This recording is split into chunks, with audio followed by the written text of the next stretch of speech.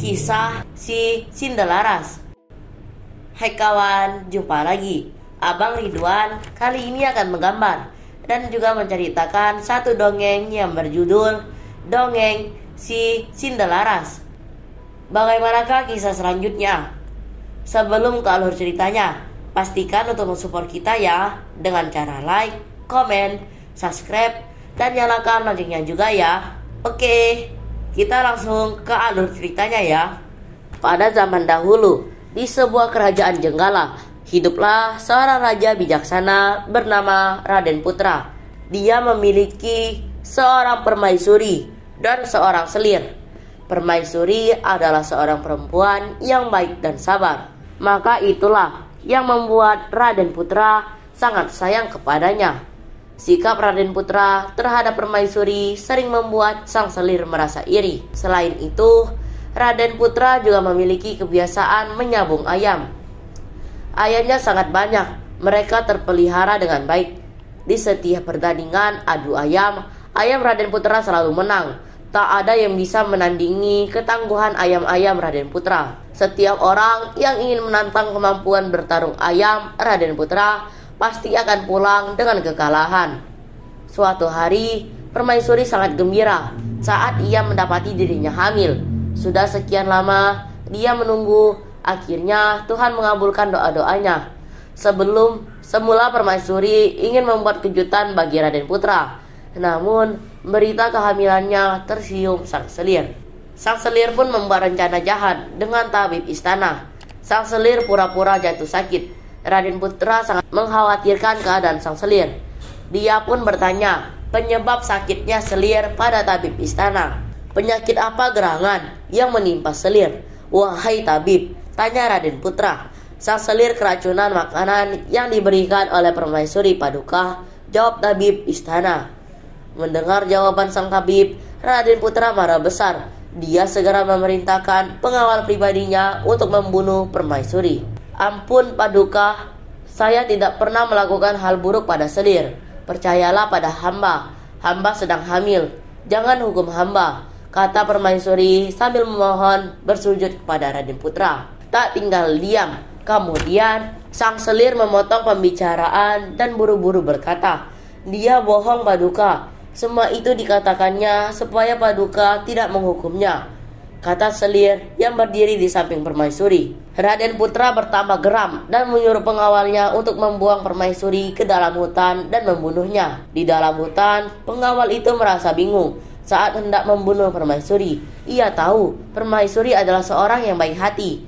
Ia tidak akan mungkin melakukan tindakan yang kejam.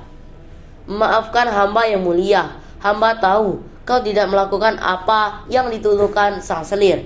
Hamba percaya pada yang mulia permaisuri. Aku sudah pasrah pengawal. Jika kamu hendak membunuhku, maka bunuhlah aku, kata permaisuri yang pasrah. Saat itu juga, sang pengawal mengacukan pedangnya. Namun, saat melihat sang permaisuri, pengawal jatuh bersimpuh. Maafkan hamba permaisuri, saya tidak bisa membunuhmu, kata pengawal. Akhirnya, sang pengawal meninggalkan permaisuri di hutan. Kemudian, ia membunuh seekor rusa untuk diambil jantungnya. Sang pengawal membawa jantung rusa ke istana dan mengaku jika itu jantung permaisuri. Sebagai bukti jika permaisuri sudah mati, akhirnya permaisuri itu sudah mati. Sekarang Raden Putra hanya akan menyayangiku, kata selir. Waktu semakin berlalu, perut sang permaisuri semakin besar. Dia pun akhirnya melahirkan di dalam sebuah pondok sederhana yang dibangun pengawal untuknya. Seorang bayi laki-laki telah lahir dan diberi nama Sindelaras. Permaisuri mendidiknya dengan sangat baik layaknya seorang putra mahkota. Sindelaras tumbuh menjadi anak remaja yang cerdas dan pemberani. Suatu hari, Sindelaras bermain di hutan dan menemukan sebuah telur ayam. Ia membawa telur itu ke rumah dan merawatnya. Telur itu pun menetas. Sindelaras senang bukan kepalang. Dia rajin memberi makan ayamnya yang segera menjadi seekor ayam jago yang gagah. Saat Sindelaras memandikan ayam itu, tiba-tiba ayam itu berteriak, kukuruyuk, tuanku bernama Sindelaras, tinggal di hutan rimba. Siapa sangka dia putra dari Raden Putra, kata ayam tersebut. Sindelaras terkejut mendengar suara ayam jagonya. Apa yang kau katakan itu? Tanya Sindelaras pada ayamnya. Sindelaras pun melaporkannya pada sang permaisuri. Akhirnya permaisuri menceritakan semua tentang kenapa mereka bisa terlantar di hutan. Sindelaras menjadi marah mendengar cerita sang mama. Ia bertekad hendak membalas dendam. Bersama ayam jagonya, Sindelaras yang masih remaja pergi ke kota. Dari berbagai ajang adu ayam, Sindelaras selalu menang. Segera saja ayamnya menjadi terkenal. Berita ini terdengar di telinga Raden Putra. Beliau menjadi penasaran dan memerintahkan pengawalnya untuk mencari Sindelaras. Siapa Sindelaras itu? Pengawal coba cari dan bawa dia ke kerajaan, kata Raden Putra pada para pengawalnya. Baik Baginda Raja, hamba akan membawa Sindelaras ke hadapan Baginda segera, kata pengawal. Tak membutuhkan waktu lama, Sindelaras pun sampai di istana bersama ayam jagonya. Raden Putra heran dengan sikap Sindelaras yang sopan layaknya seorang bangsawan. Beliau pun menantang ayam jago Sindelaras untuk bertanding dengan ayam kerajaan. Sindelaras, saya menantang ayam jago yang kau miliki bertarung dengan ayam jago kerajaan. Apakah bersedia? Tanya Raden Putra. Tantangan Raden Putra diterima Sindelaras. Namun Sindelaras memberikan satu syarat kepada Raden Putra. Ampun Paduka, saya mau bertanding adu ayam. Namun jika ayam hamba menang, saya meminta kekuasaan atas kerajaan Jenggala ini, kata Sindelaras. Raden Putra terkejut dengan permintaan Sindelaras.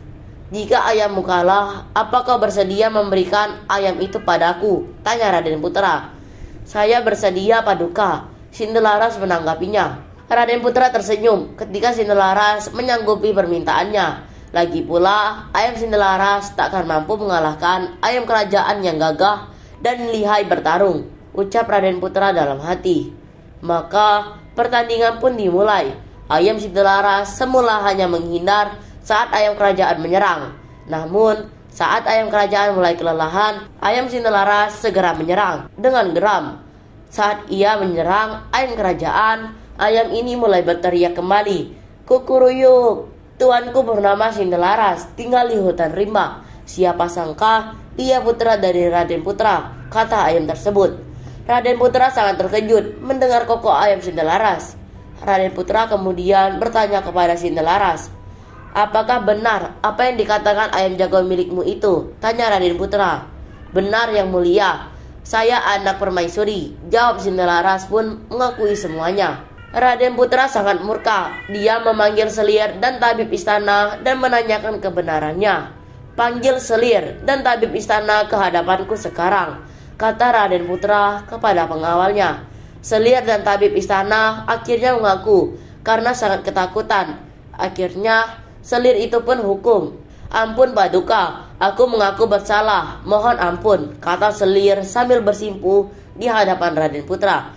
Begitu juga dengan sang tabib yang memohon ampun pada Raden Putra agar tidak dihukum. Akhir bahagia itu Sindelaras dan sang permaisuri. Mereka berdua bisa kembali ke istana. Raden Putra pun senang memiliki putra yang gagah berani, sopan, dan memiliki kesenangan yang sama dengannya.